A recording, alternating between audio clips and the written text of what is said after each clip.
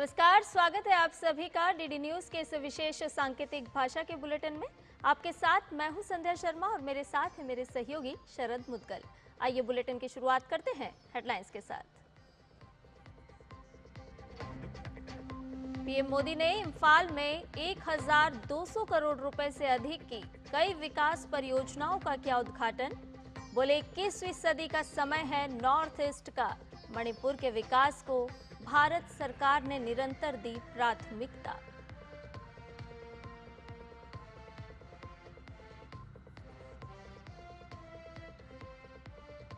PM Modi ने मणिपुर के चूड़ाचांदपुर में 7,300 करोड़ रुपए से अधिक की कई विकास परियोजनाओं की रखी आधारशिला। कहा, मैं हूं साथ, मणिपुर के सभी संगठन शांति के रास्ते पर आगे बढ़कर पूरे करें सपने।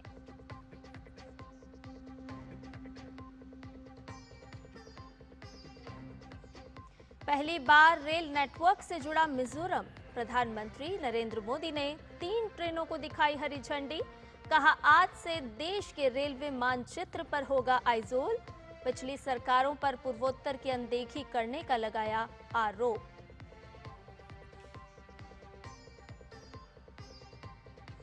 पीएम मोदी गुवाहाटी में भूपेन हजारिका शताब्दी समारोह में होंगे शामिल। असम में करेंगे परियोजनाओं का उद्घाटन और शिलान्यास। दरांग में कई परियोजनाओं की रखेंगे नींव।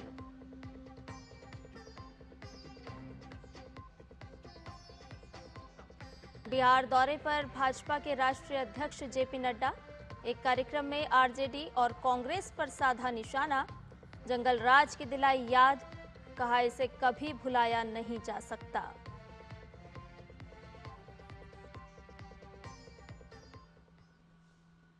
और अब सभी खबरें विस्तार से।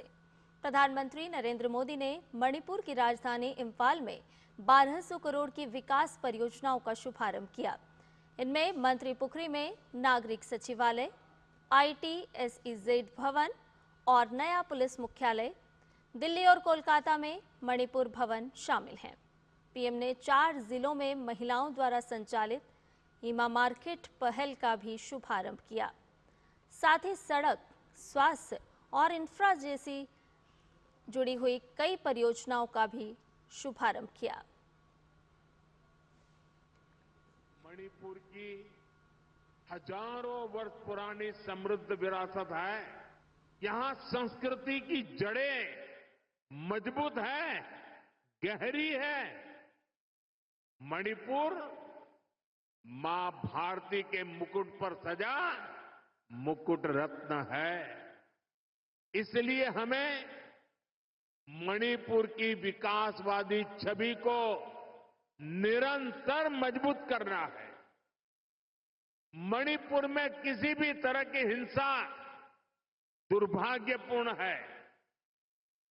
ये हिंसा हमारे पूर्वजों और हमारी भावी पीढ़ी के साथ भी बहुत बड़ा अन्याय है। इसलिए हमें मणिपुर को लगातार शांति और विकास के रास्ते पर आगे लेके जाना है और मिलकर के जाना है। भारत की आजादी की लड़ाई में, भारत की रक्षा में मणिपुर के योगदान से हमें प्रेरणा लेनी है। ये मणिपुर की ही धरती थी जहां इंडियन नेशनल आर्मी ने पहली बार भारत का अपना ध्वज फहराया था। प्रधानमंत्री नरेंद्र मोदी ने इम्फाल में लोगों से मुलाकात की।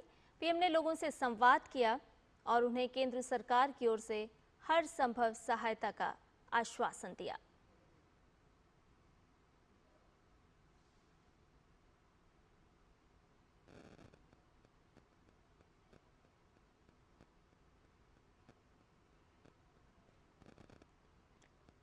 तो प्रधानमंत्री नरेंद्र मोदी ने जब इम्फाल का दौरा किया तो वहां के लोगों से प्रधानमंत्री ने मुलाकात भी की। ये दृश्य आपको दिखा रहे हैं जहां प्रधानमंत्री ने अपनी मणिपुर यात्रा के दौरान यहां के लोगों से बातचीत की, मुलाकात की। संवाद करते हुए प्रधानमंत्री नरेंद्र मोदी इस वक्त यहां नजर आए, जहां मणिपुर के युवा भी प्रधानमंत्री से संवाद कर रहे थे।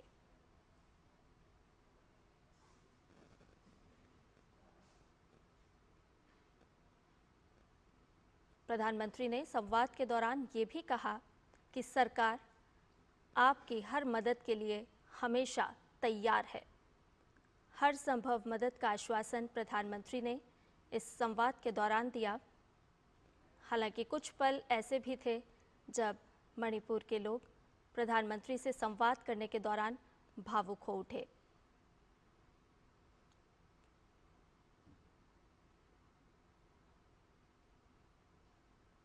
प्रधानमंत्री जब अपने दौरे पर मणिपुर पहुंचे तो यहां संवाद स्थापित करते हुए जब लोग प्रधानमंत्री से अपनी भावनाएं व्यक्त कर रहे थे तो भावुक होते हुए भी वो क्षण नजर आया। प्रधानमंत्री नरेंद्र मोदी ने आज मणिपुर के चुड़ाचांदपुर में लोगों से बातचीत की।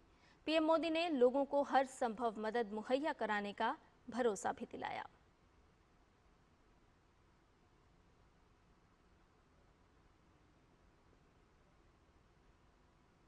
प्रधानमंत्री को उनका पोर्ट्रेट भेंट करते हुए मणिपुर के ये बच्चे नजर आ रही है और यही एक परिवार और परिजन का जो संवाद है वो साफ तौर पर दृश्यों में नजर आ रहा है। जब प्रधानमंत्री अपनों के बीच पहुंचे तो प्रधानमंत्री का किस तरह से वहां के लोगों ने अभिवादन किया।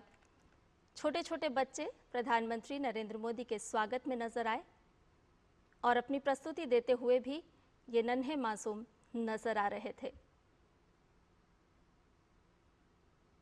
चुड़ाचांदपुर जब प्रधानमंत्री पहुंचे तो यहां छोटे बच्चों से भी प्रधानमंत्री ने मुलाकात की।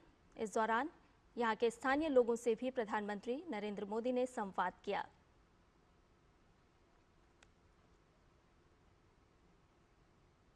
प्रधानमंत्री नरेंद्र मोदी ने मणिपुर के चुड़ाचांदपुर में 7,300 करोड़ रुपए से अधिक की कई विकास परियोजनाओं की आधारशिला रखी।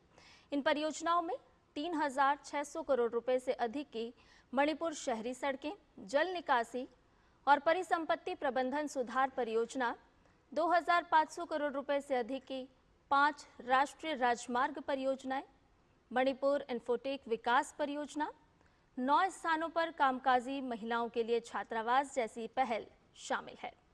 प्रधानमंत्री नरेंद्र मोदी ने कहा कि क्षेत्र में संवाद, सम्मान और आपसी समझ को महत्व देते हुए शांति की स्थापना के लिए काम किया जा रहा है। किसी भी स्थान पर विकास के लिए शांति की स्थापना बहुत जरूरी है। बीते 11 वर्षों में नॉर्थ ईस्ट में दशकों से चल रहे अनेक विवाद, अनेक संघर्ष समाप्त हुए हैं। लोगों ने शांति का रास्ता चुना है, विकास को प्राथमिकता दी है। मुझे संतोष है कि हाल ही में हिल्स और वैली में अलग अलग ग्रुप्स के साथ समझौतों के लिए बातचीत की शुरुआत हुई है। ये भारत सरकार के उन प्रयासों का हिस्सा है जिसमें संवाद, सम्मान और आपसी समझ को महत्व देते हुए शांति की स्थापना के लिए काम किया जा रहा है। मैं सभी संगठनों से अपील करूंगा कि शांति के रास्ते पर आगे बढ़कर अपने सपनों को पूरा करें, अपने बच्चों के भविष्य को सुनिश्चित करें। और मैं आज आपको वादा करता हूं, मैं आपके साथ हूं। पीएम ने कहा कि सरकार मणिपुर को शांति, समृद्धि और प्रगति का प्रतीक बनाने का लक्ष्य लेकर चल रही है। पीएम ने लोगों को विश्वास दिलाया कि शांति की स्थापना के लिए केंद्र सरकार मणिपुर सरकार का सहयोग करती रहेगी। मणिपुर का कल्चर, नारी शक्ति को बढ़ावा देने वाला रहा है और हमारी सरकार भी नारी शक्ति को एम्पावर करने में जुटी है। सरकार वर्किंग विमेन हॉस्टल का भी निर्माण कर रही है ताकि मणिपुर की बेटियों की मदद हो सके। साथियों, हम मणिपुर को पीस, प्रॉस्पेरिटी और प्रोग्रेस का प्रतीक बनाने का लक्ष्य लेकर चल रहे हैं। मैं आपको विश्वास दिलाता हूं, मणिपुर के विकास के लिए विस्थापितों को जल्द से जल्द उचित स्थान पर बसाने के लिए, शांति की स्थापना के लिए भारत सरकार यहां मणिपुर सरकार का ऐसे ही सहयोग करती रहेगी।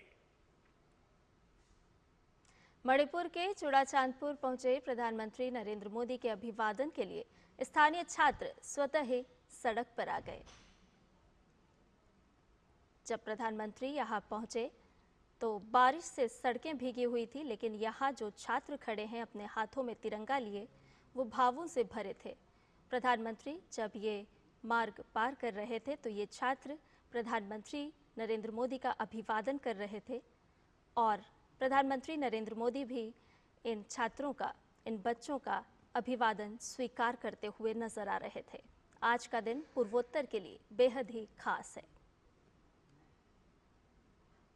प्रधानमंत्री नरेंद्र मोदी ने मणिपुर के चूड़ाचांदपुर में विकास परियोजनाओं की आधारशिला रखी। पीएम वहां मणिपुर में आंतरिक रूप से विस्थापित हुए लोगों से भी मिले। पीएम जब इम्फाल हवाई अड्डे पर उतरे तब भारी बारिश हो रही थी। पीएम को बताया गया कि चूड़ाचांदपुर तक हेलीकॉप्टर से यात्रा के लिए मौसम अनुकूल नहीं है। सड़क मार्ग से वहां की दूरी लगभग 1.5 घंटे की है। पीएम ने भारी बारिश के बावजूद निर्णय लिया कि वो चूड़ाचांदपुर में लोगों के बीच पहुंचने के लिए सड़क मार्ग से यात्रा करेंगे, भले ही इसमें कितना ही समय लगे। पीएम ने खराब मौसम को रुकावट नहीं बनने दिया और चूड़ाचांदपुर पहुंचे, जहां लोगों से उन्होंने मुलाकात की। प्रधानमंत्री मोदी के मणिपुर दौरे के दौरान भारी बारिश के बीच सड़क मार्ग से चूड़ाचांदपुर जाने के निर्णय को मणिपुर के पूर्व मुख्यमंत्री बीरेन सिंह ने साहसिक कदम बताया है। बीरेन सिंह ने कहा कि भारी बारिश के बावजूद बड़ी संख्या में लोग यहां आए हैं। ये पीएम मोदी और भाजपा के प्रति लोगों के प्रेम को दर्शाता है। खराब मौसम के कारण पीएम मोदी सड़क मार्ग से चूड़ाचांदपुर गए। हमने पहले कभी ऐसा प्रधानमंत्री नहीं देखा जिसने मणिपुर के लिए इतना गहरा स्नेह दिखाया हो। बारिश होने से भी इतना खराब बारिश हुआ है, बहुत चूड़ाचांदपुर है नहीं, पर फिर भी आप सब ने देखा है कि कितना क्राउड आया है, कितना मोदी जी का असम में मोदी जी का प्यार और अपने भाजपा का प्यार मणिपुर से देखिए। अभी कांगड़ा पूरा फुल हो गया और चूड़ाचांदपुर में भी अभी पूरा पब्लिक गैदरिंग है। तो मोदी जी ने यहाँ आके वेदर की वजह से खुद इम्फाल एयरपोर्ट से चूड़ाचांदपुर को बाय रोड किया है। ऐसा ही कभी नहीं देखा, ऐसा ही प्राइम मिनिस्टर इतना हिम्मत से इतना मणिपुर को इतना प्यार करता है। प्रधानमंत्री नरेंद्र मोदी ने आइजोल में 9,000 करोड़ रुपए से अधिक की लागत वाली कई विकास परियोजनाओं का शिलान्यास और उद्घाटन किया। इन परियोजनाओं से रेलवे, सड़क मार्ग, ऊर्जा, खेल सहित कई क्षेत्रों को लाभ पहुंचेगा। विश्व स्तरीय बुनियादी ढांचे और अंतिम छोर तक कनेक्टिविटी के प्रति अपनी प्रतिबद्धता के अनुरूप प्रधानमंत्री ने 8,070 करोड़ रुपए से अधिक लागत वाली बैराबी सैरांग नई रेल लाइन का उद्घाटन किया, जिससे मिजोरम की राजधानी पहली बार भारतीय रेल नेटवर्क से जुड़ गई है। वहीं सड़क अवसंरचना को बढ़ावा देने के लिए प्रधानमंत्री ने कई सड़क परियोजनाओं की आधारशिला रखी। इनमें आइजोल बाईपास रोड, थेंजोल सियालसुक रोड और खानकाउन रोंगोरू रोड शामिल है। प्रधानमंत्री ने लोंगथलाई सियाहा रोड पर छिमटुई पुई नदी पुल का भी शिलान्यास किया। ये सभी मौसमों में संपर्क प्रदान करेगा और यात्रा के समय को 2 घंटे कम करेगा। ये पुल कलादान मल्टी मॉडल ट्रांजिट ढांचे के तहत सीमा पार व्यापार को भी बढ़ावा देगा। प्रधानमंत्री ने खेल विकास के लिए खेलो इंडिया बहुउद्देशीय इंडोर हॉल की आधारशिला रखी।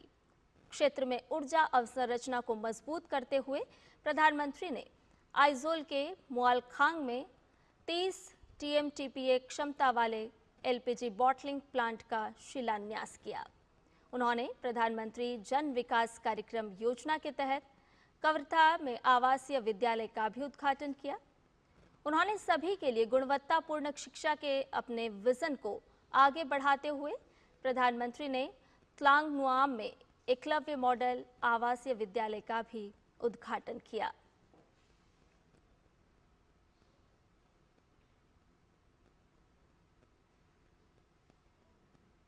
प्रधानमंत्री इस अवसर पर 3 नई एक्सप्रेस ट्रेनों सारांग आनंद विहार टर्मिनल राजधानी एक्सप्रेस, सैरांग गुवाहाटी एक्सप्रेस और सैरांग कोलकाता एक्सप्रेस को भी हरी झंडी दिखाई।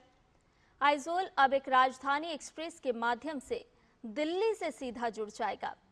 इस मौके पर प्रधानमंत्री नरेंद्र मोदी ने वोट बैंक की राजनीति करने वाले दलों को आड़े हाथों लिया और कहा कि मिजोरम जैसे राज्यों सहित पूरे पूर्वोत्तर को इस रवैये की वजह से बहुत नुकसान उठाना पड़ा है। For a long time, some political parties in our country practice vote bank politics. Their focus was always on places which had more votes and seats. The entire Northeast, including states like Mizoram, suffered greatly because of this attitude. But our approach is very different. Those who were earlier neglected are at the forefront now. Those who were once marginalized are the mainstream now. For the past 11 years, we have been working for the development of the Northeast. Bulletin में खबरें अभी और भी हैं, लेकिन फिलहाल रुक रहे एक छोटे से ब्रेक के लिए जल्द हाजिर होंगे। और ब्रेक के बाद हमारे इस विशेष सांकेतिक भाषा के बुलेटिन में आपका एक बार फिर से स्वागत है। खबरों में बढ़ते हैं आगे। केंद्रीय सूचना एवं प्रसारण और संसदीय मामलों के राज्य मंत्री डॉक्टर एल मुरुगन ने पंजाब के बाढ़ प्रभावित क्षेत्रों का दौरा किया। केंद्रीय राज्य मंत्री ने रूपनगर के कई गांवों में जाकर लोगों से मुलाकात की और बाढ़ प्रभावित इलाकों का निरीक्षण किया। उन्होंने रूपनगर के गांव शाहपुर बेला में बाढ़ से खराब हुई फसलों का भी मुआयना किया और लोगों से बात कर उन्हें मदद का भरोसा दिलाया। यहाँ स्थानीय लोगों ने उनसे खुलकर अपनी बात कही और अपनी तकलीफें साझा की। इस दौरान उन्होंने कहा कि संकट की इस घड़ी में केंद्र सरकार उनके साथ खड़ी है और पंजाब के लोगों की पूरी मदद की जाएगी।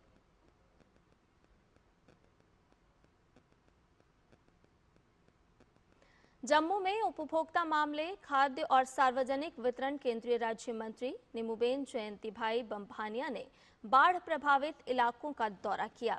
वो जम्मू जिले के नई बस्ती इलाके के दौरे पर थीं। उन्होंने संकट की इस घड़ी में बाढ़ प्रभावित लोगों से बातचीत की। लोगों को हौसला देते हुए उन्होंने कहा कि केंद्र सरकार जम्मू के साथ खड़ी है।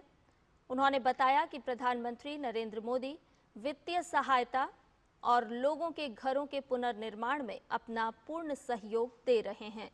नई बस्ती के विधायक श्यामलाल शर्मा भी बाढ़ प्रभावित लोगों के घरों का लगातार दौरा कर रहे हैं। केंद्रीय राज्य मंत्री ने बाढ़ से हुई क्षति का जायजा लिया और लोगों को समय पर राहत का आश्वासन भी दिया। जम्मू जिले के नई बस्ती में बाढ़ प्रभावित लोगों से मिलने के लिए आई हूँ। आदरणीय प्रधानमंत्री नरेंद्र भाई मोदी जी की सरकार ये जम्मू कश्मीर की ये संकट की घड़ी में साथ खड़ी है। बाढ़ प्रभावित इलाकों में जल्दी से तुरंत उसको वित्तीय सहायता मिले, पुनः प्रवास और पुनः निर्माण और घर में जो भी नुकसान हुआ है वो तुरंत उसको सहाय मिले। हम जम्मू कश्मीर के सब बाढ़ प्रभावित लोगों के साथ हम खड़े हैं। भाजपा के राष्ट्रीय अध्यक्ष जेपी नड्डा ने बिहार में आयोजित एक मीडिया कॉन्क्लेव में शिरकत की। इस दौरान उन्होंने बिहार की मुख्य विपक्षी पार्टी आरजेडी और कांग्रेस पर जमकर निशाना साधा। जेपी नड्डा ने आरजेडी पर निशाना साधते हुए कहा कि बिहार में जंगल राज की यादें भुलाई नहीं जा सकती। जंगल राज में केवल लूट, अपहरण और हत्याएं होती थी। इस दौरान बिहार में विकास के एक भी कार्य नहीं हुए। एक जंगल राज और क्या रहा, परिवारवाद, तुष्टीकरण और तुष्टीकरण के साथ साथ जातिवाद। इसने बिहार को ग्रसित कर दिया। जातीय आधार पर राजनीति को स्थापित किया। नए नए डेफिनेशन गढ़े जाने लगे। अगर मैं लालू यादव की बात करूं तो विकास के नाम पर इनका स्टेटमेंट क्या था? रोड बना देंगे तो पुलिस जल्दी पहुंच जाएगी तुम्हारे पास। रोड नहीं है तो पुलिस के बगैर हो तो ठीक हो। चुनाव आयोग ने सुप्रीम कोर्ट को बताया है कि उसने देश भर में सभी राज्यों और केंद्र शासित प्रदेशों में एसआईआर कराने का फैसला लिया है। इसके लिए शेड्यूल आने वाले समय में तय किया जाएगा। चुनाव आयोग ने बिहार में जहां एसआईआर की प्रक्रिया जारी है को छोड़कर सभी राज्यों, केंद्र शासित प्रदेशों के मुख्य निर्वाचन अधिकारी को पत्र लिखकर एसआईआर के लिए जरूरी तैयारी करने को कहा है। आयोग ने बताया है कि राष्ट्रव्यापी एसआईआर के लिए 1 जून 2026 को क्वालिफाइंग तारीख तय की गई है। इसके तहत तैयारियों के समन्वय के लिए 10 सितंबर को सभी राज्यों के मुख्य निर्वाचन अधिकारियों के साथ मीटिंग भी की गई। चुनाव आयोग ने कोर्ट में जानकारी दी कि अश्विनी उपाध्याय की ओर से दायर याचिका के जवाब में दी। अश्विनी उपाध्याय ने मांग की है कि कोर्ट चुनाव आयोग को निर्देश दे कि वो देश के विभिन्न राज्यों में नियमित अंतराल पर एसआईआर कराए।